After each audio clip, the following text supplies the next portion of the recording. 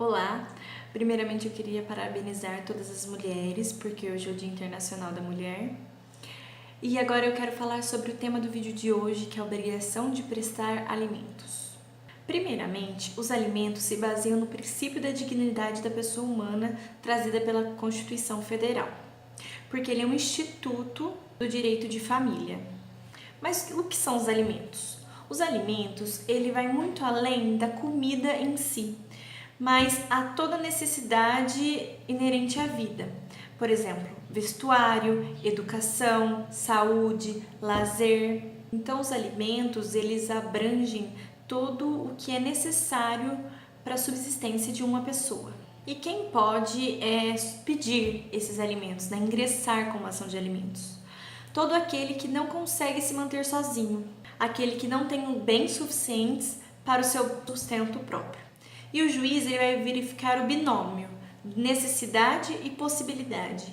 A necessidade daquele que está pedindo os alimentos e a possibilidade daquele que vai prestar os alimentos. E quem deve prestar os alimentos? O direito à prestação de alimentos é recíproco entre pais e filhos e extensivos a todos os ascendentes, ou seja, avós, bisavós. Por exemplo, o pai deve prestar alimentos ao seu filho, só que esse pai também não tem condições de arcar com a prestação dos alimentos sem prejuízo do seu próprio sustento.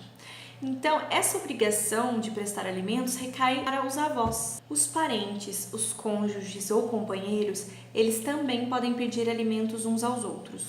E se houver uma mudança econômica de quem pede ou de quem supre os alimentos?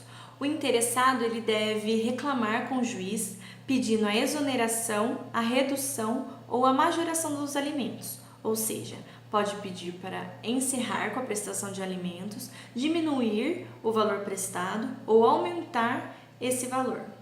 O advogado, na sua ação, pode pedir ao juiz tanto os alimentos provisórios quanto os alimentos provisionais. Qual a diferença desses dois? Solicita os alimentos provisórios na ação de alimentos, quando há uma prova pré-constituída nos autos que há um grau de parentesco.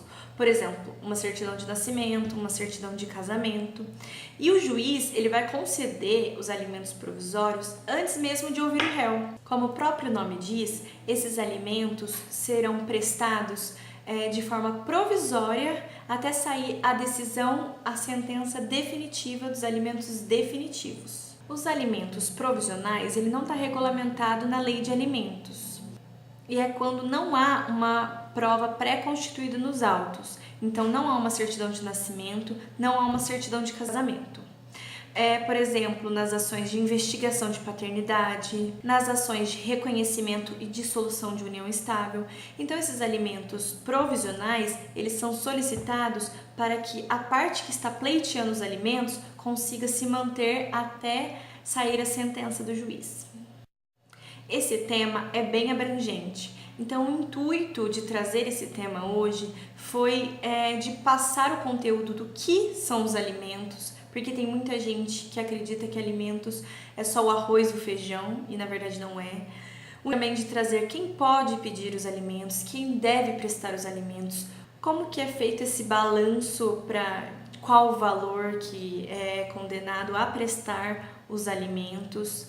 E muita gente também tem dúvida de, já tem aquele valor fixo de pensão. Será que eu posso aumentar? Será que eu posso diminuir? A outra pessoa não necessita mais dos alimentos, será que eu posso pedir a exoneração? Então esse vídeo foi bem uma introdução mesmo. Se alguém quiser que eu aprofunde em algum ponto desse tema, pode me deixar nos comentários, pode mandar dúvidas. E não se esqueça de se inscrever no meu canal, dar seu gostei. E até o próximo vídeo.